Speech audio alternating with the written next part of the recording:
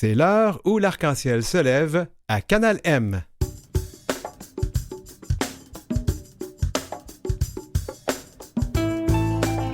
Au sommaire aujourd'hui, bien la pandémie de COVID-19 a-t-elle été plus dure pour nos aînés queer et les enfants trans?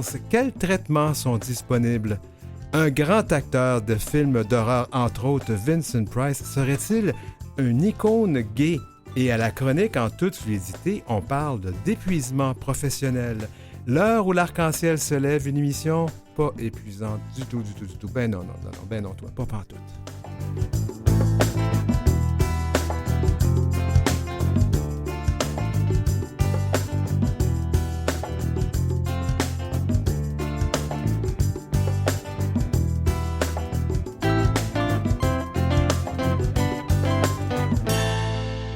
Vous écoutez L'heure où l'arc-en-ciel se lève avec Denis Martin Chabot.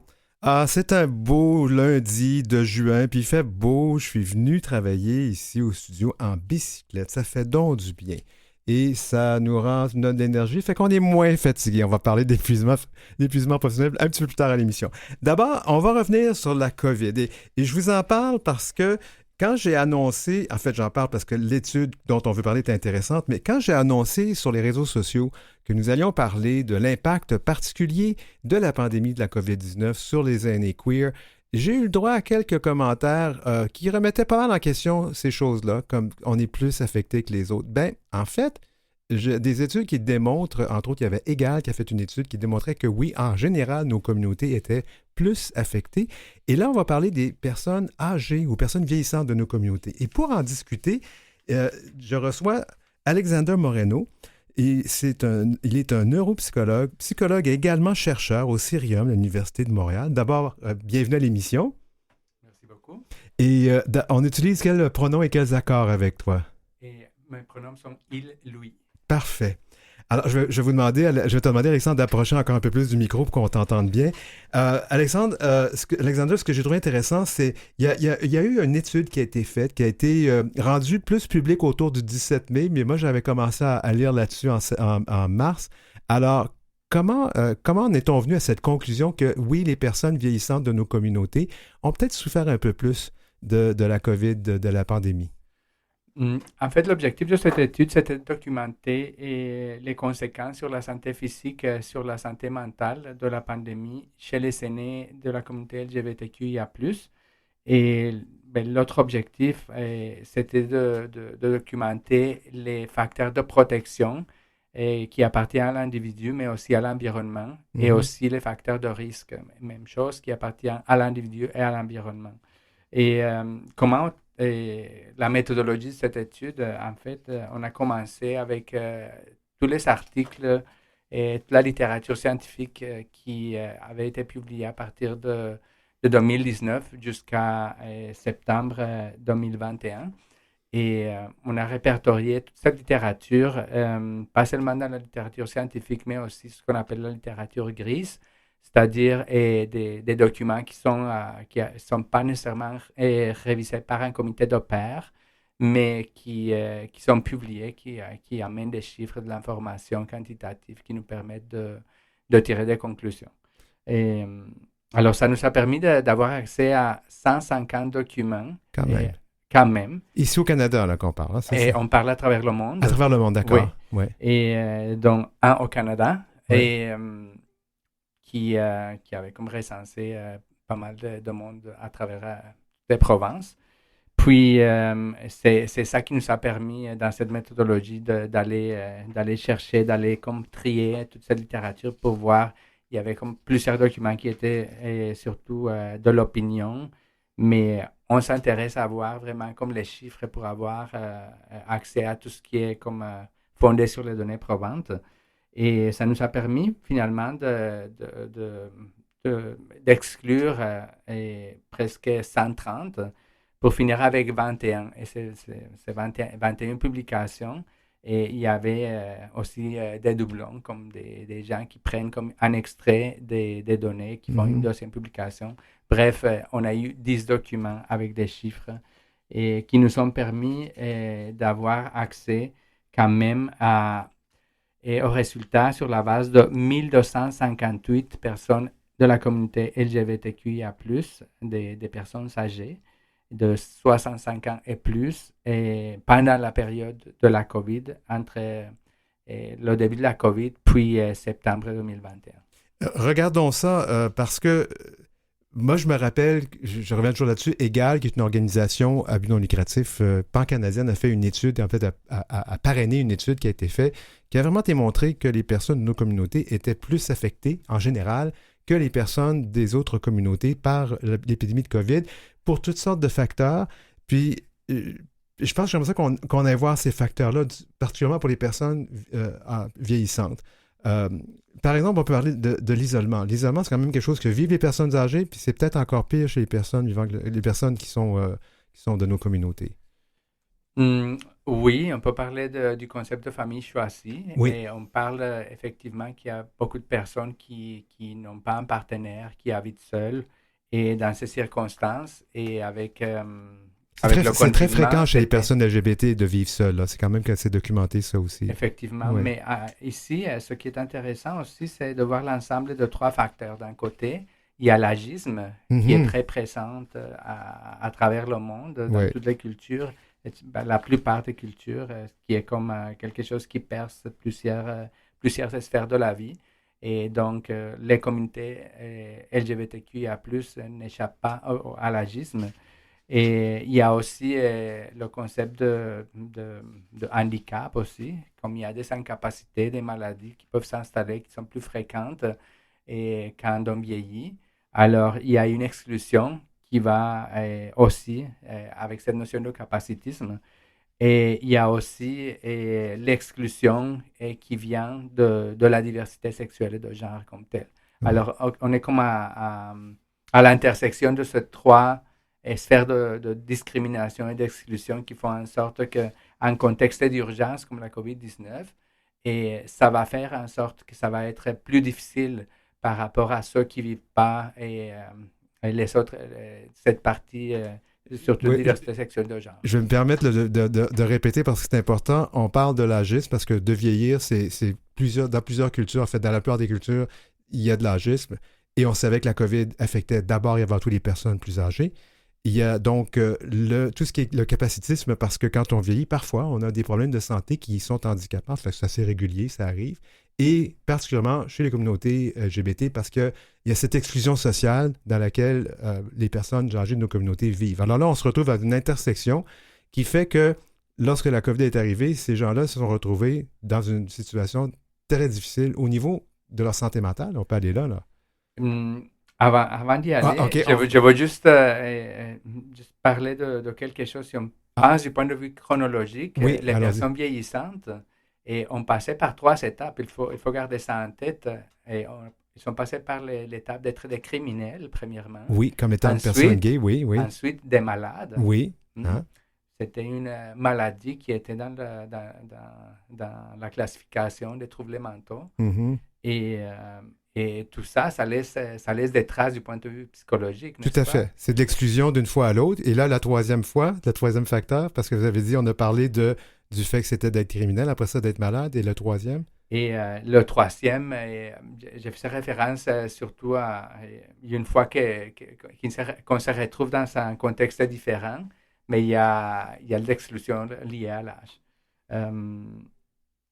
Alors, oui, on peut maintenant parler de santé mentale parce qu'il y a des études qui montrent qu'en général, les personnes de la communauté LGBTQIA+, ont plus de psychopathologie, donc Oui. il y a plus d'anxiété, de dépression, il y a plus de problèmes de toxicomanie, donc plus de consommation d'alcool, de drogue. Et évidemment, si on rajoute un stresseur majeur, on parle de stress minoritaire comme le troisième facteur Oui, oui, oui.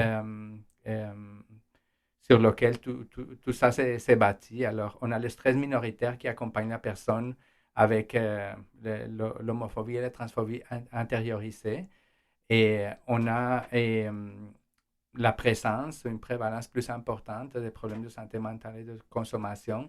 Et si à ça, on rajoute un stresseur majeur dans la COVID-19, ça fait en sorte que tout ça va comme devenir une bombe à retardement. Ça va exploser à un moment donné. Et c'est ça qui fait en sorte qui explique la présence d'une santé psychosociale fragilisée en période de pandémie chez les personnes âgées. Alors, pour les gens qui posaient la question, qu'est-ce qu'il y a de spécial dans la communauté, on vient d'expliquer. Il ne nous reste pas beaucoup de temps, mais je trouve qu'il est important, il y a des conclusions qu'on peut tirer maintenant. Je sais qu'on n'a pas parlé des personnes vivant avec le VIH, on pourra y retourner dans une autre entrevue, mais quelles conclusions peut-on tirer là, si demain, il y a une autre pandémie qui nous arrive? Mais dans mon article, j'ai parlé de facteurs de protection et de facteurs de risque. Alors, je vais juste rapidement mentionner du point de vue de... Je vais le décrire pendant qu'il se prépare parce que c'est intéressant. Alexander est en train de fouiller dans ses papiers en même temps qu'il me parle. Allez-y, Alexander. Alors, si on s'en vient dans une autre pandémie, qu'est-ce qui est important? Et d'avoir une personne significative, ça c'est un facteur de protection. L'activité physique et l'exercice, ça c'est quelque chose qui est ressorti à travers ces publications. D'avoir des loisirs, des gens qui faisaient du jardinage, qui faisaient de la peinture, qui s'investissaient dans un loisir, ça c'est très important dans ce type de période. Et le fait d'être ouvert à du soutien virtuel, il y a beaucoup de personnes de la communauté LGBTQIA+, qui ont participé à de nombreux groupes virtuels et même téléphoniques quand ce n'était pas disponible.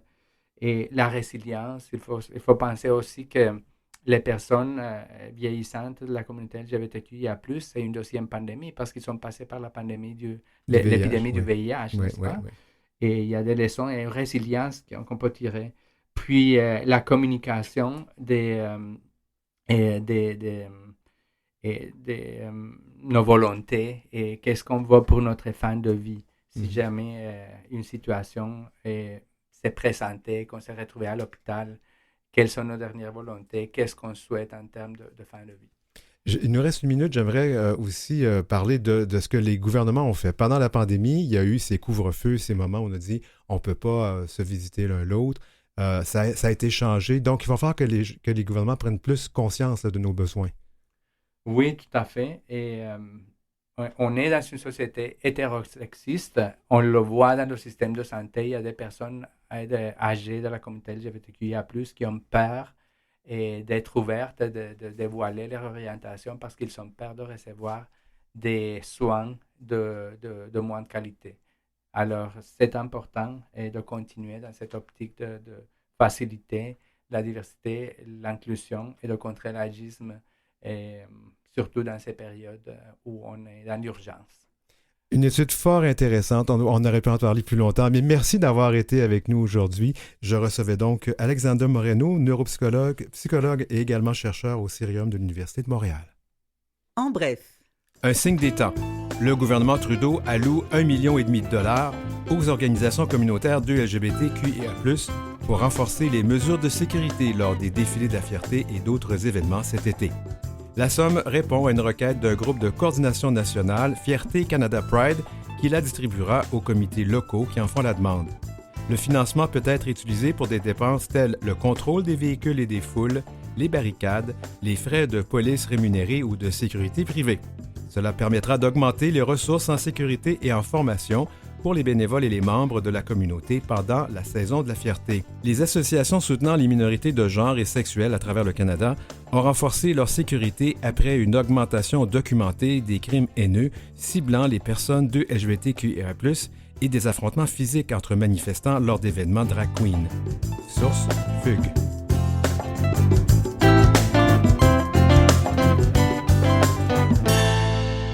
Vous écoutez L'heure où l'arc-en-ciel se lève avec Denis Martin Chabot. La semaine dernière, nous avons reçu Annie Paulin-Sansfaçon, titulaire de la chaire de recherche du Canada sur les enfants transgenres et leurs familles de l'Université de Montréal. Nous avons donc dressé le portrait de la situation. Je vais vous rappeler qu'il y a des chiffres, je vais en citer quelques-uns. C'est un petit peu aléatoire, puis il n'y avait pas vraiment de grandes études, mais on estime à peu près en 2020 qu'il y avait entre 1,2% à 2,7% des enfants et adolescents dans plusieurs pays qui se déclaraient trans. Et ça peut atteindre 8,4 si on inclut les autres catégories d'identité de genre. Puis dans le recensement de 2021, à peu près un petit peu moins de 1% des 15 à 34 ans se disaient des personnes trans. Évidemment, ce sont les parents qui remplissaient ces sondages-là, donc ça risque de ne pas être complet. Cela dit, le phénomène est là et comment y répondre?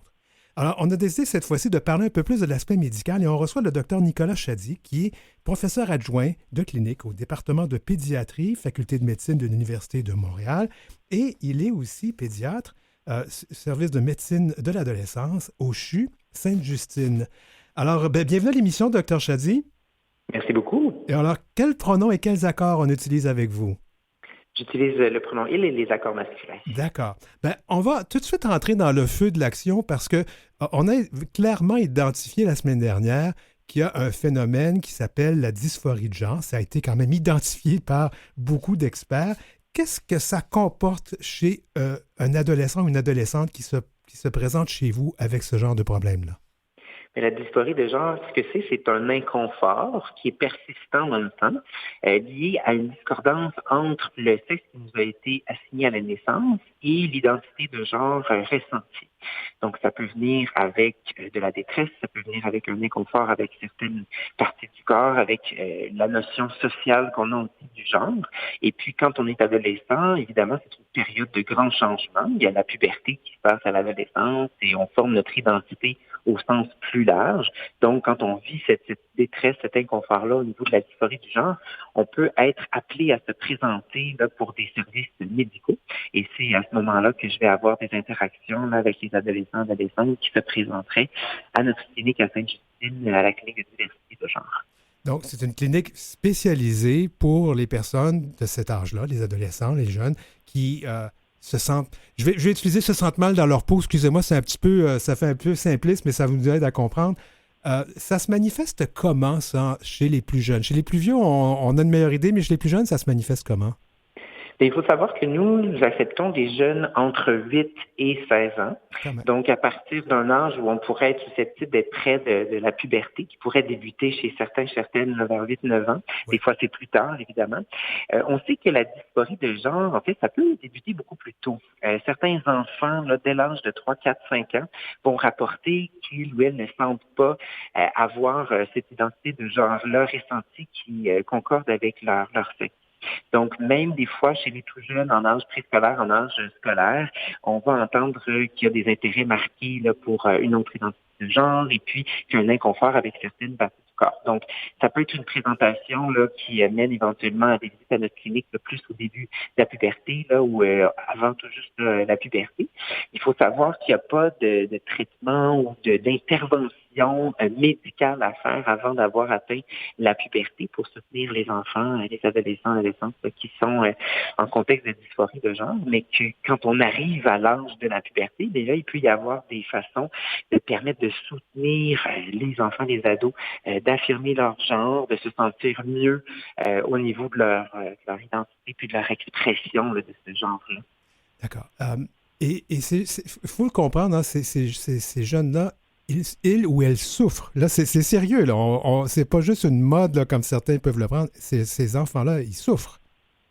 Mais il faut distinguer la dysphorie de genre de la transidentité. Parce qu'en fait, il peut y avoir certains enfants, certains adolescents transgenres qui ne vivent pas nécessairement de dysphorie de genre. Par exemple, si on peut affirmer l'identité de genre qu'on ressent, s'il ne concorde pas au sexe assigné à l'adolescence, mais qu'on a la possibilité de l'exprimer, notre identité, on peut ne pas vivre au quotidien de dysphorie. C'est plutôt quand on n'a pas l'opportunité d'exprimer au plan social, avec notre famille, notre entourage, notre identité de genre, ou si on a un inconfort avec certaines parties de notre corps qui ne correspondent pas à notre identité ressentie, que là, on peut avoir cette dysphorie de genre-là. Donc, il faut que la famille, le milieu social, comment je pourrais dire, offre un milieu ou un endroit sécuritaire ou bienveillant là, pour ces jeunes-là. Mais tout à fait. En fait, ce qui est très important, puis ça va bien au-delà de l'identité de genre, c'est d'offrir aux enfants, aux adolescents, un environnement pour pouvoir apprendre à mieux se connaître, à pouvoir explorer qui on est au sens large. Et ça, bien sûr, ça va s'appliquer au contexte de l'identité de genre. Donc, c'est pas du tout anormal. En fait, c'est même très, très, très normal pendant l'enfance, pendant l'adolescence, d'explorer certains intérêts, certains vêtements, certaines expressions, certains jeux qui pourraient ne pas être concordants avec stéréotypes sociaux que se font autour de notre identité de genre ou notre sexe identifié à la naissance. Mais de pouvoir explorer ça, ça va vraiment permettre aux enfants, aux adolescents de comprendre qui ils sont, qui elles sont, et éventuellement de développer leur identité de genre qui pourrait être donc plus stable là, plus tard au niveau de l'adolescence et de l'âge adulte. Donc, c'est pas un problème si votre garçon joue avec des poupées ou si votre fille joue avec des camions. Hein? C'est ça l'idée aussi, de laisser les choses aller, de laisser les enfants explorer. J'aimerais vous amener peut-être sur comment ça se passe. Là, je suis un petit peu perplexe. Alors, un enfant de 8 ans peut-il venir consulter chez vous sans l'accord des parents? J'imagine que non, là. Hein? Non, mais c'est certain que ça demanderait une certaine organisation, là. Il peut y avoir certains cas où des jeunes ne vivent pas avec leurs parents, par exemple, s'ils sont placés en centre pour venir la protection de la jeunesse, mais dans la majorité des cas, comme vous dites bien, il faut évidemment qu'il y ait une démarche là, qui soit faite avec la famille. Donc, les parents, souvent, vont consulter un professionnel de la santé, un médecin de famille, une infirmière praticienne, un pédiatre en communauté, et puis faire une demande de consultation à notre clinique. Et puis, c'est suite à une période assez prolongée ou persistante là, où il y a soit une dysphorie de genre marquée ou vraiment un besoin d'accompagnement au niveau de cette exploration-là, avec une possibilité de vouloir considérer potentiellement des options médicales pour pouvoir soit donner plus de temps pour réfléchir à notre identité pendant la puberté, ou si on est plus tard là, rendu dans l'adolescence, si on veut commencer à avoir de l'information sur des traitements d'affirmation de genre, eh bien là, il y a lieu effectivement de faire une différence à notre clinique. Donc, pour répondre à la question, souvent, ça va partir des parents, surtout chez les plus jeunes. Parfois, chez les adolescents qui se présenteraient plus tard durant l'adolescence, eh bien oui, la démarche peut venir des jeunes eux-mêmes, supportée parfois par des professionnels de la santé ou du milieu scolaire là, pour recevoir les soins et les services. Oui, parce que je pense que c'est l'âge, c'est comme 14 ans où les jeunes peuvent prendre des décisions médicales pour eux-mêmes ou pour eux-mêmes, c'est ça? Tout à fait. D'accord. Tout à fait. Au Québec, pour toutes les conditions, c'est la règle, oui. Tout à fait. Alors, justement, on a effleuré la question tout à l'heure, on a parlé de traitement. Je comprends qu'on ne peut pas vraiment commencer de traitement avant que l'enfant ait atteint la puberté, c'est ça? Oui, bien exactement. En fait, les traitements qui peuvent être considérés pendant la puberté, en fait, ça serait des bloqueurs de puberté. Oui. Donc, dans le contexte où, effectivement, on a un inconfort persistant, on a une dysphorie de genre, et puis on se questionne à savoir, est-ce que cette identité-là va persister dans le temps? Comment va-t-elle se former au fil de l'enfance et l'adolescence? On peut vouloir ralentir le cours des choses avec des bloqueurs de puberté qui peuvent nous permettre de gagner du temps, permettre de faire cette exploration-là, de gagner en âge, en maturité, avant de considérer des traitements qui pourraient avoir des éléments irréversibles. Donc, les bloqueurs de puberté sont complètement réversibles.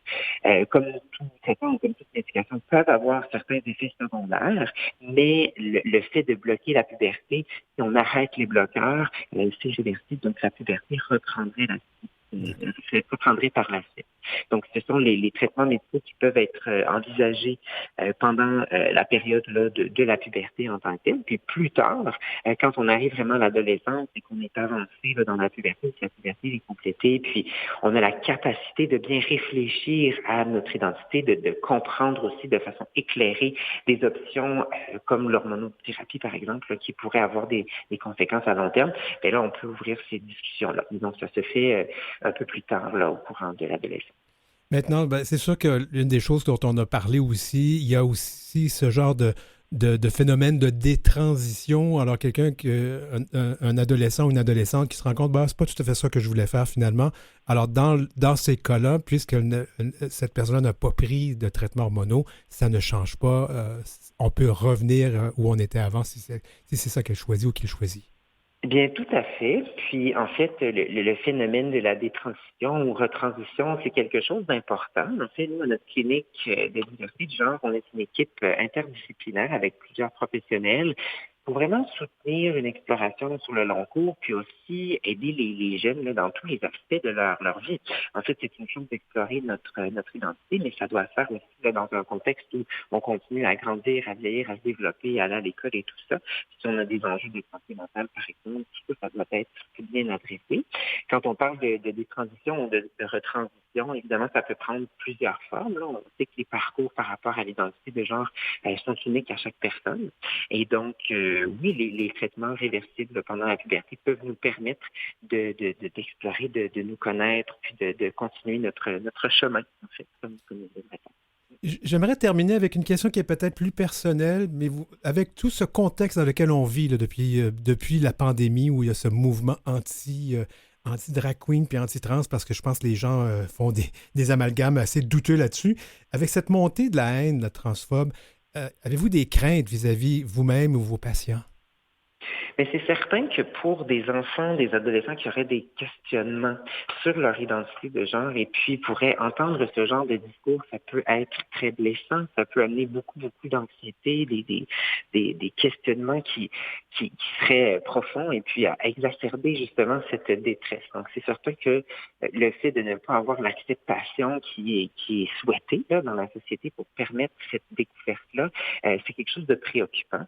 On espère que l'accès à des soins comme les nôtres va pouvoir continuer à être meilleur avec le temps, parce qu'on ne se le cache pas, il n'y a pas beaucoup de cliniques de diversité de genre en pédiatrie là, pour les jeunes.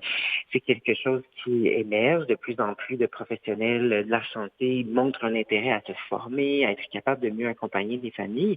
Mais oui, ce sentiment-là, anti-trans ou à l'encontre de l'acceptation de l'autre, de la diversité, c'est quelque chose qu'on suit de près. On espère vraiment que c'est quelque chose qui pourrait évoluer vers une plus grande acceptation au niveau de la société, puis que dans les écoles, dans les milieux où se trouvent les jeunes, on a vraiment des environnements qui sont favorables à la découverte de soi, de tous les sens. Oui. Dr Nicolas Chadi du CHU Sainte-Justine et aussi de l'Université de Montréal, merci beaucoup d'avoir été avec nous. Ça me fait grand plaisir.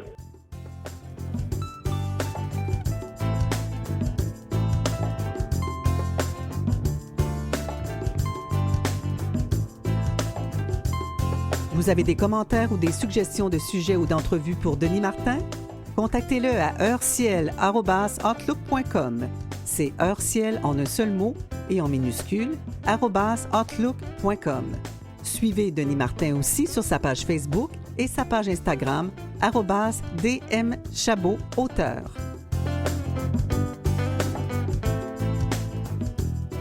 Eh bien, ça passe vite, hein? Ça passe vite. Vous savez que c'est l'avant-dernière émission de la saison, puis je vous annonce qu'on revient autour de la fête du travail avec l'heure où l'arc-en-ciel se lève. Donc, la semaine prochaine, ça va être la dernière de la saison. D'ici là, en deuxième partie d'émission, Vincent Price, grand acteur de films, entre autres d'horreur, était-il une icône queer? Et l'épuisement professionnel à la chronique en toute fluidité. Je suis assez fatigué, là! Je suis assez fatigué. À tout de suite!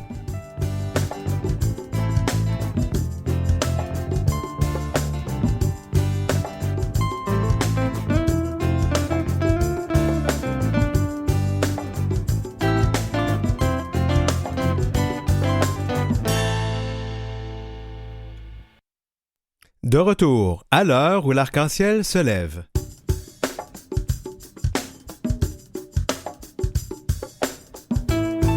L'épuisement professionnel, c'est important.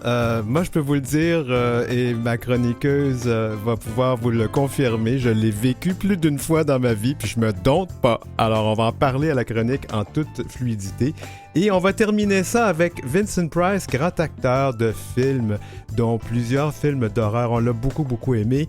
Était-il finalement une icône gay? Ben oui, je suis certain de ça. Puis on en parle avec Philippe Aubert-Côté.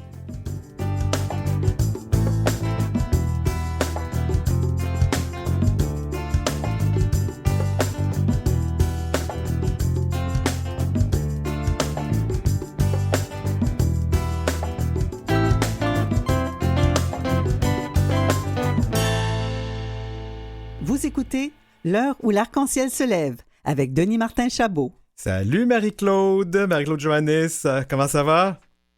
Ça va bien en cette belle journée pleine de fleurs printanières. Ça fait-tu du bien? On a l'impression, là, que finalement l'été est arrivé. Hey, je vois le décor, t'es déménagé?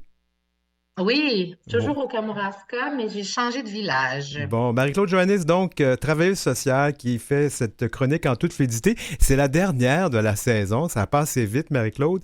Alors, on est toujours avec les pronoms et les accords féminins avec toi, c'est ça?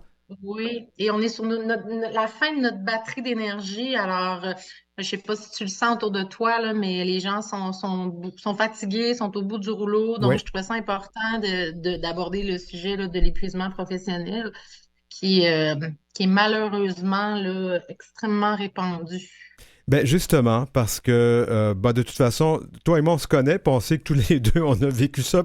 Ça a l'air que c'est cyclique dans mon cas, mais bon, ça c'est parce que je gère pas bien mon temps, mais bon, ça c'est pas... On parlera pas de moi, on va parler de ce que c'est. D'abord, au niveau des statistiques, qu'est-ce que ça dit? Ben, en fait, je trouve ça très important et pas banal ce que tu dis, Denis Martin, parce que les gens vont beaucoup s'approprier l'épuisement professionnel parce qu'ils n'ont pas les qualités requises pour fonctionner, parce qu'ils gèrent mal leur temps, parce qu'ils sont trop stressés, parce que, alors que c'est un phénomène de société, c'est un phénomène occidental, hein. Ah C'est pas oui. partout dans le monde qu'on vit ça. Donc, en 2022, là, 84% des travailleurs canadiens se sont sentis épuisés et à peu près le tiers des gens sondés là, qui sont en recherche d'emploi. Hmm. Donc, qui n'en peuvent plus, qui sont vraiment épuisés, qui vivent des périodes d'épuisement, ils vont prendre un peu des congés, des vacances, mais ça demeure. Et évidemment, là, depuis la pandémie, les gens qui travaillent dans le domaine de la santé et services sociaux, là, c'est une personne sur deux là, qui a vécu un épuisement professionnel. Ça a augmenté. Là. Avant, c'était le tiers, ce qui était déjà énorme. Là. Et ça touche beaucoup nos communautés, hein, parce que nos communautés travaillent beaucoup dans le domaine de la santé, entre autres. Alors, Mhm. c'est pour ça qu'on a décidé de parler de ça, parce que moi, tout autour de moi, beaucoup de personnes de nos communautés vivent ça. Alors, je trouve que c'est important, là, Mhm. quand des fois les gens se disent, ben, ça a-tu vraiment rapport LGBT? Ben oui, tout à fait. Ben justement, Ben, en fait, on est des humains d'abord et avant tout. Puis, c'est sûr qu'il y a des facteurs qui peuvent engendrer une surcharge. Le fait, des fois, de faire partie d'une minorité, peu importe laquelle, des fois, ça peut faire en sorte que les gens vont se donner pour mission d'en faire plus pour compenser, alors qu'ils n'ont pas compensé, évidemment. Donc, on sait, par exemple, que les personnes racisées, que les personnes qui sont non-binaires ou qui sont en questionnement par rapport à leur identité de genre. Tout ça, c'est beaucoup plus difficile de trouver un emploi. Donc, si on réussit à en avoir un, ça se peut que potentiellement on en fasse deux fois plus pour essayer d'être au niveau. Ça se peut qu'on vive un stress supplémentaire également de la réaction des autres, de quand on doit prendre la parole, etc. Donc, ça, c'est pas banal. Ça s'ajoute à une surcharge de travail, une faible reconnaissance des conditions de travail là, qui se sont de plus en plus difficiles, de plus en plus exigeantes, les choses vont de plus en plus vite et pour l'ensemble des travailleurs. Donc oui, pour les gens de la communauté, il peut y avoir des facteurs aggravants ou supplémentaires. ouais, c'est important de le dire. Et donc, regardons là, les causes. Je t'ai déjà mentionné la surcharge de travail, reconnaissance, mauvaise relation de travail.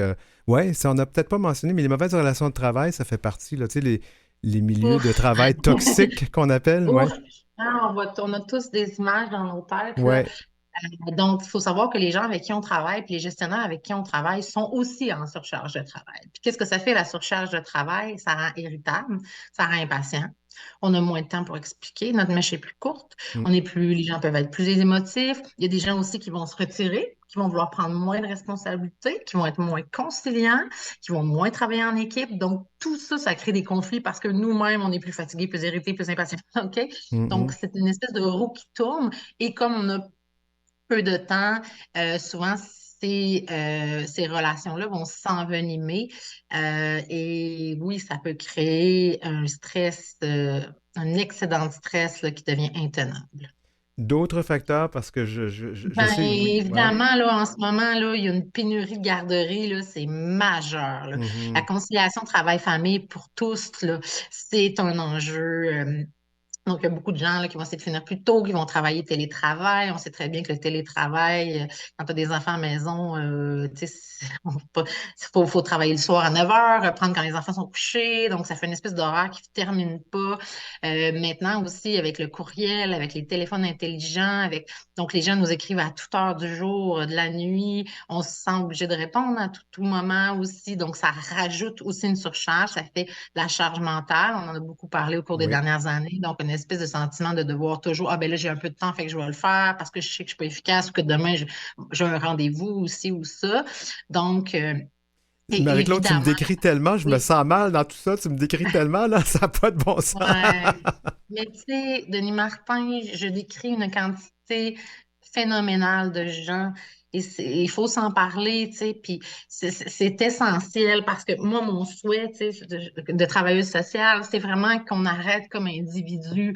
Je le fais moi aussi, mais c'est important qu'on arrête comme individu de se sentir inadéquat, inefficace, qu'on gère mal les choses. Il y a quelque chose dans notre société là, qui est rendu un problème global qui pue une affaire d'individu. C'est triste parce qu'on va encore le traiter de façon individuelle. Il y a plein de gens qui sont en congé maladie chez eux ou qui persistent. Il faut savoir qu'il y a une quantité industrielle de gens aussi qui continuent, qui ne sont pas en congé maladie, mais qui vont consommer de l'alcool, qui vont surconsommer la sexualité, qui vont prendre la drogue, qui vont ou qui n'auront plus de vie, qui vont se Mhm. consacrer entièrement seulement au travail, qui vont complètement s'isoler dans toutes les autres sphères de leur vie ou jouer à des jeux vidéo sans arrêt ou OK? Donc, ils vont utiliser d'autres stratégies qui sont pas nécessairement plus saines. Et ça paraît pas dans les statistiques, mais c'est néanmoins des gens qui sont très souffrants. Oui, et puis juste terminer là, sur les causes et tout ça, la Mhm. pandémie, ça a été quelque chose aussi, ça a vraiment exacerbé la situation, je crois. Ben, tu sais, c'est sûr que l'isolement social, c'est pas bon, là. On s'en est rendu compte, hein. On est des êtres sociaux. Donc, travailler chacun chez soi, devant son écran, tu sais, c'est pas la même chose. Le rythme est beaucoup plus rapide Oui. parce que dans notre transition d'un local à l'autre, il se passait des choses, etc. Là, les choses sont enlignées. Les gens gèrent des courriels en même temps, alors qu'en réunion, on n'osera pas. Donc, ça a augmenté la vitesse. Ça a ajouté un stress, hein. Je veux dire, tout le monde, là. Ouais. C'était pas évident. Maintenant, Donc, c'est quoi les signes? On en a donné un exemple, là. On a parlé de ouais. causes, mais on voit aussi les causes, puis on voit les effets. Mais c'est quoi les signes, là, les symptômes d'une personne qui se retrouve donc en épuisement professionnel? Ben, moi, j'aime beaucoup là, l'outil là, Programme d'aide aux médecins du Québec. Là, on peut y avoir accès sur Internet. C'est un baromètre de la santé mentale. Oui. Donc, tu sais, là, il faut faire attention parce que les gens, ils vont dire, ah, moi, je suis toujours comme ça. Ouais, mais t'es peut-être en surcharge depuis l'école primaire, tu sais. Donc, anxiété, tristesse. Ah, j'en ai parlé tantôt, irritabilité, colère, difficulté à prendre des décisions, la difficulté de se mettre en action. Tu sais, des maux de tête, là, les gens vont se mettre à avoir des douleurs aussi physiques, hein? Des migraines, là, ils ont des tensions, ils ont mal dans le dos, le chiro, pis ci, pis ça. Ouais, mais je vieillis, ouais, mais je me tiens mal, ouais, mais t'es stressé, t'es une barre de fer, tu sais. Parce Mhm. que t'es tout le temps sous tension, tu sais. Donc, manque d'énergie, les gens vont être sur l'adrénaline beaucoup. Donc, la fin de semaine, épuisé, ben raide. Souvent aussi, les gens n'ont plus de vie, n'ont plus le temps de se reposer. La fin de semaine, ça va être faire l'épicerie, dans le fond, s'occuper d'être capable de travailler la semaine. Donc, les gens aussi vont s'isoler, tendance à s'isoler de plus en plus. Consommation qui va commencer. Les gens vont avoir besoin de se détendre en revenant du travail pour décrocher. Donc, qu'est-ce qu'ils font pour se détendre? Ben, une petite bière, deux petites bières, la pornographie, les jeux vidéo, les séries télé. Donc, Ouais, ils vont s'isoler des membres de leur famille, ouais. des autres. Donc, puis ça, ben, ça prend de l'ampleur. Les gens se mettent à avoir une faible estime d'eux-mêmes, etc. Puis là, c'est une roue qui tourne. Là. Puis là, ben là, plus ça va, plus ça prend de l'ampleur. Puis plus, à un moment donné, ben, ça devient critique. Ça finit par Et péter tout ça. J'aimerais ouais. qu'on aille, il nous reste pas beaucoup de temps. J'aimerais qu'on parle de c'est Mhm. quoi qu'on peut faire pour éviter là, de se retrouver ou quand on est en surcharge de travail ou en épuisement professionnel, qu'est-ce qu'on Bon. peut faire? Je répète que c'est très dur dans notre société occidentale de résister à ça. C'est très, très difficile. Moi, ce que je dis, c'est première chose, sortir de l'isolement. OK? Oui. Sortir de ce tabou-là, en parler aux autres. Puis, oups, quand on en parle, on n'est vraiment pas tout seul. Ça fait du bien. En parler à ses amis, ses collègues, son médecin de famille, en parler aux ressources humaines, aux patrons. Faut apprendre, c'est très difficile, à mettre des limites claires. Et des Hmm. fois, il faut s'arrêter pour ça. OK? Et les faire respecter. Il y a des normes du travail qui existent encore, il y a des syndicats, etc. À un moment donné, quand ça atteint un niveau trop élevé, il faut s'arrêter, on n'a pas le choix. Hmm. Puis, ben, pour tout ça, ben, on peut consulter hein, nos programmes d'aide aux employés, des professionnels de la santé. Il y a des groupes de soutien. Puis, je continue de le dire, ne pas rester seul, en parler. Vous n'êtes pas seul et vous n'êtes pas la cause. OK? Vous êtes plus le symptôme d'une société qui est un peu malade, là, qui est un peu virée sur la surproduction aux dépens de la qualité de vie humaine. C'est tellement important ce que tu viens de dire là. Écoute, j'en reviens pas comment cette saison, moi, tu m'as appris plein de choses. Puis je t'écoutais, puis je me dis, mon Dieu, on parle de ça, mais on parlait de moi finalement, mais on parlait peut-être de toi aussi, parce qu'on était un peu tous dans ça. Hein? Ouais, mais tu sais, si je répète la statistique, Denis Martin, 84% des travailleurs canadiens, c'est tout le monde. On parle à tout le monde. Tu sais. Wow. Fait que c'est ça. Ben, Marie-Claude Joannis, moi, j'aimerais te remercier de ta participation à l'émission. Ça a été très enrichissant, très apprécié de nos auditeurs, auditrices et auditeurs. Et on espère, on va se revoir certainement à la prochaine saison. Du moins, nous, on se revoit parce qu'on est ensemble sur scène au mois d'août, ici à Montréal, le 11 août. Le grand effeuillage littéraire. Le grand effeuillage littéraire. Oui, alors... Pour une deuxième année ensemble. Une deuxième année ça ensemble. va être complètement d'autres numéros. Oui, ça va être super intéressant. Puis moi, je serai en ondes de toute façon cet été ici à Canalem dans d'autres émissions que je vais animer. Je vais faire du remplacement, donc on aura la chance d'en parler. Marie-Claude Joannis, merci beaucoup d'avoir été avec nous toute cette année. Puis on se revoit très bientôt. Prenez soin de vous. Au revoir. En bref. On parle encore de la Floride, l'État américain homophobe et transphobe par excellence. Eh bien, la guerre a beau être déclarée entre le gouverneur républicain Ron DeSantis et le célèbre parc d'attractions Disney, des milliers de touristes queer ont fait le déplacement, comme tous les ans, pour les journées gays qui marquent le début du mois des fiertés. Malgré les avertissements lancés par la plus grosse association queer de la Floride, estimant que le Sunshine State est désormais un État ouvertement hostile aux membres de la communauté LGBTQ+, en raison des politiques ultra-conservatrices de son gouverneur, des milliers de touristes ont afflué ce week-end aux Gay Days, les journées homosexuelles de Disney World, rapporte le Washington Post. Cela fait plus de 30 ans que le parc d'attractions de Disney World à Orlando organise ces journées dédiées à la visibilité des communautés queer, souligne le quotidien de la capitale fédérale. Lorsqu'elles ont débuté, elles permettaient aux personnes queer et à leurs familles de se retrouver le temps d'un week-end dans un environnement inclusif et sûr, à une époque où il était dangereux d'être visible. Aujourd'hui, le parc d'attractions est devenu l'épicentre de la guerre contre nos communautés menée par le gouverneur de Floride et candidat à la présidentielle de 2024, Ron DeSantis. Outre les nombreuses lois qu'il a promulguées contre l'enseignement des questions de genre et de sexualité à l'école ou interdisant les soins de transition aux jeunes trans, le gouverneur ultra-conservateur a maintes fois souligné qu'il estimait que Disney tentait d'endoctriner les enfants.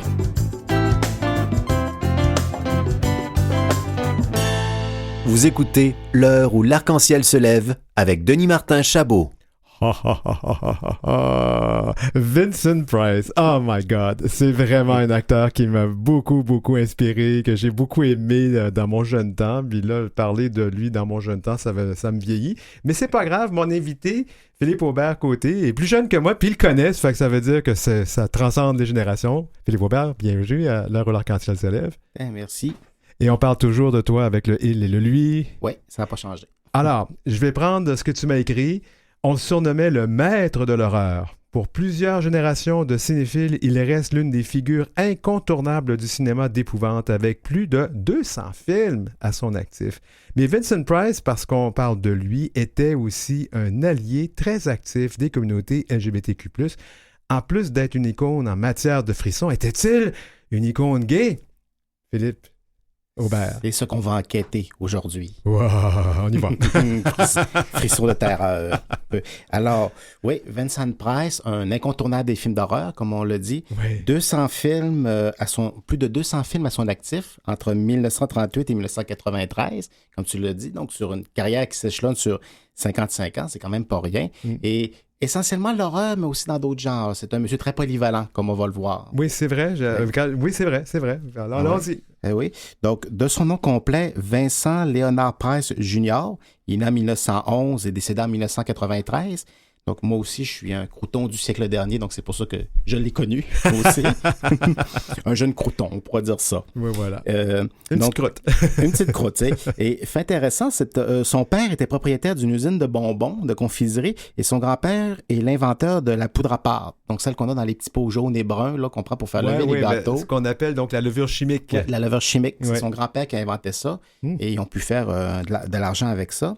Donc, connu essentiellement pour ses films d'horreur, c'était toutefois, tu sais, Vincent Price était toutefois un homme aux multiples intérêts. À l'origine, il n'est pas comédien, c'est un professeur d'anglais, diplômé de l'université Yale.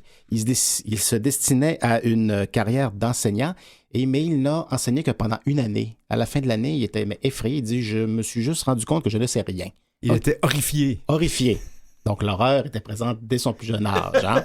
Et il est allé justement dans la cité de Jack l'Éventreur, à Londres, pour apprendre les beaux-arts et l'histoire de l'art, mais il s'est passionné pour le théâtre. Il a commencé à faire donc du théâtre en marge de ses études, et il est revenu ensuite aux États-Unis, où il a rejoint la troupe de théâtre radiophonique d'Orson Welles, le même Orson Welles qui avait justement effrayé toutes les États-Unis en 1938 en faisant croire que les Martiens débarquaient lors d'un épisode célèbre de l'histoire de la radio.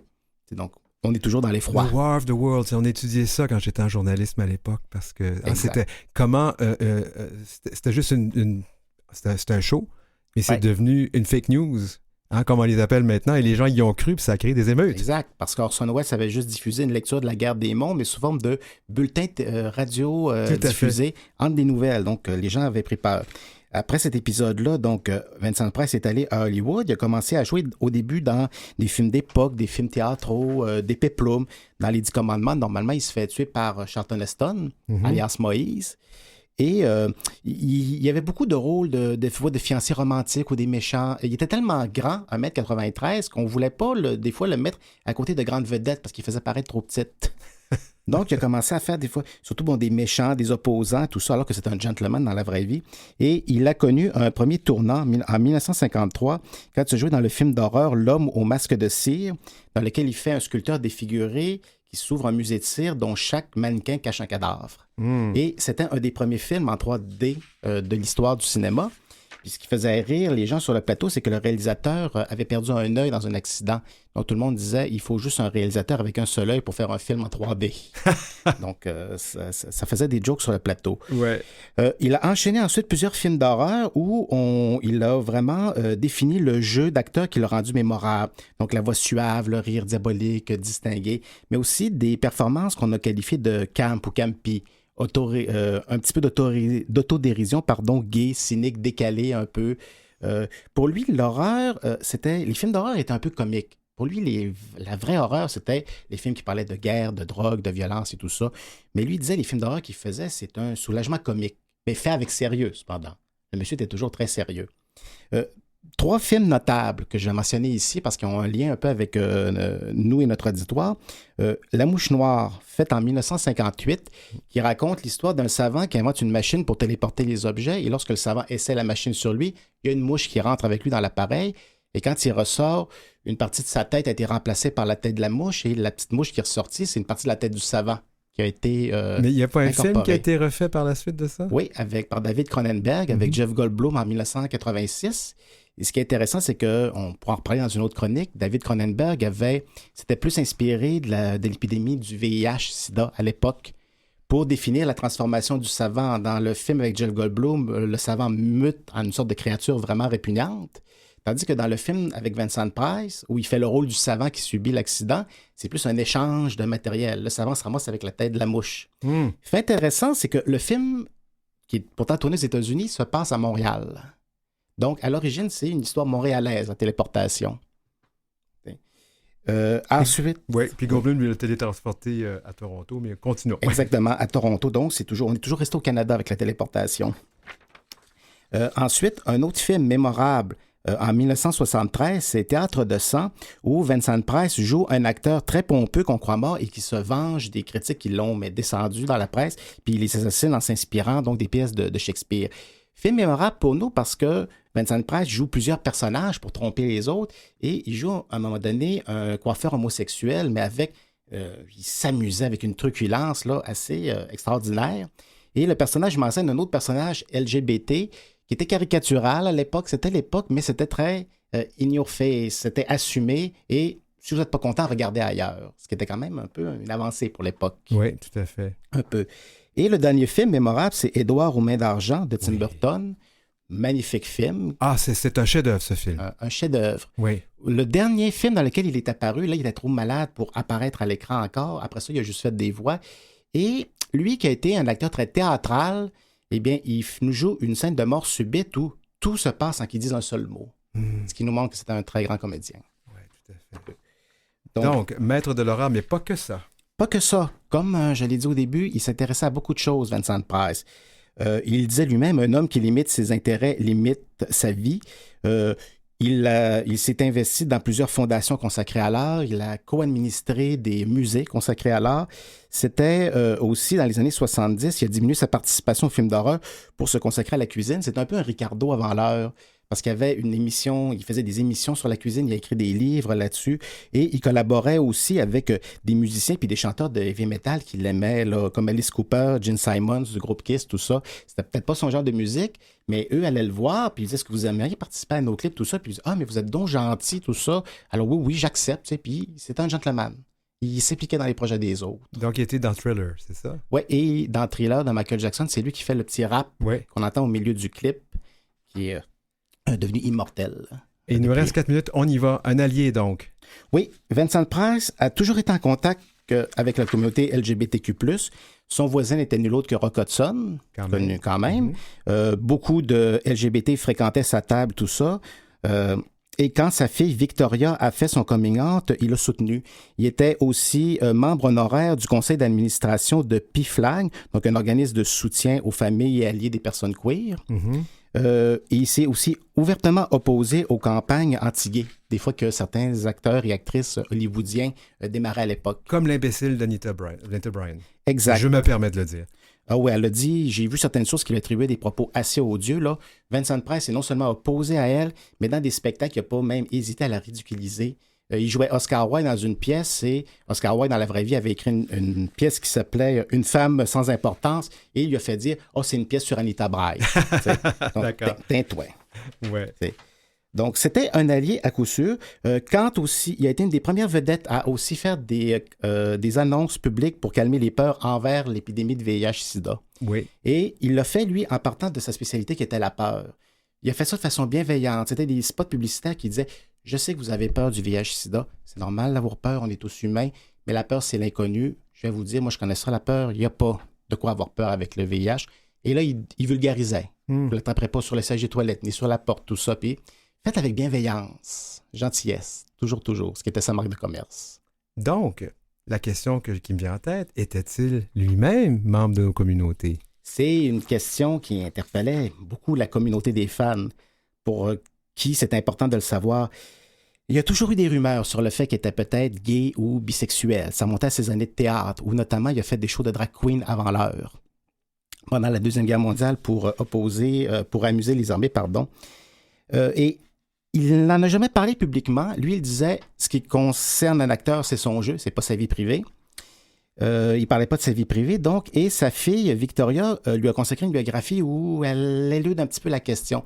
Mais récemment, elle est revenue sur sa parole, puis elle lui a dit que quand elle a fait son coming out, son père lui avait dit « Ma chère enfant, je sais ce que tu as vécu. Parce que moi, il y a peut-être des relations que j'aurais aimé avoir avec certains hommes et que je n'ai pas pu avoir. Donc, je te comprends, tu sais. » Il était donc allié à coup sûr et il était probablement bisexuel. Pourquoi je dis probablement? Parce que Victoria Price est prudente. Elle dit, mon père ne m'a jamais dit je suis gay ou je suis bisexuel. Elle ne veut pas lui mettre de mots dans la bouche. Mais avec tout ce qu'il y avait autour de lui, elle dit probablement que oui. Alors pourquoi parler de lui aujourd'hui? Mais suite à une anecdote que j'ai eue, c'est une discussion que j'ai eue avec la docteure Valérie Bédard, qui est la veuve de Joël Champetier, un écrivain important de la science-fiction et du fantastique québécois. La docteure Bédard était sur le front des premières victimes du VIH, quand des préposés refusaient même de leur donner leur bain, elle se fâchait. Et elle, c'est une fan d'horreur finie, là, c'est une spécialiste des fans de zombies, elle connaît tout. Elle a rencontré des grands noms. Le réalisateur du clip Thriller, par exemple, elle l'a rencontré. Ah oui. Donc, elle le connaît. Et quand je lui ai raconté ça, elle m'a dit, Elle dit, sais-tu, elle dit, je suis tellement contente d'apprendre que Vincent Price était peut-être gay. Elle dit, cet homme a été un gentleman, un symbole important pour moi et pour plusieurs autres. Il a fait tellement de bonnes choses au niveau des arts et tout ça. Apprendre qu'il est LGBTQ+, ça apporte un nouveau modèle très positif pour la communauté. Puis j'espère que ça va en faire réfléchir plus d'un. Wow. Donc, je ne pouvais pas passer à côté de ce monsieur. Grand gentleman et icône Ah gay. oui, puis on avait le temps de parler de lui à notre émission, c'est clair. Vincent Price, donc icône queer à la fois pour les personnes queer, les alliés et les fans d'horreur. Ben oui, ben merci beaucoup Philippe Aubert-Côté, puis on se revoit probablement la prochaine saison. Ah, merci beaucoup Denis Martin. C'est un plaisir.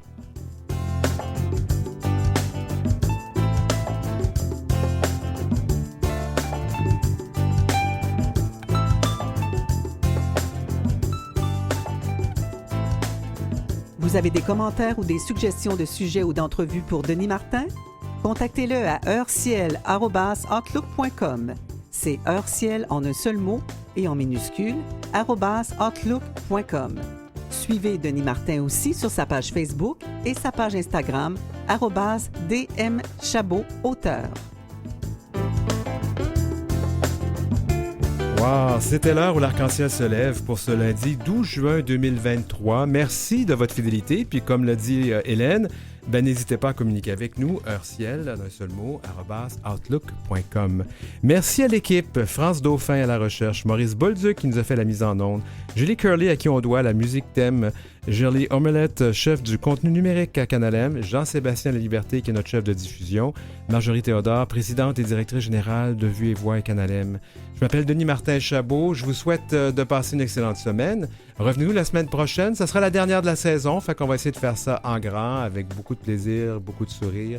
Et ben, d'ici là, ben, posez-vous, hein, on l'a dit, arrêtez de faire de l'épuisement puis de vous surmener.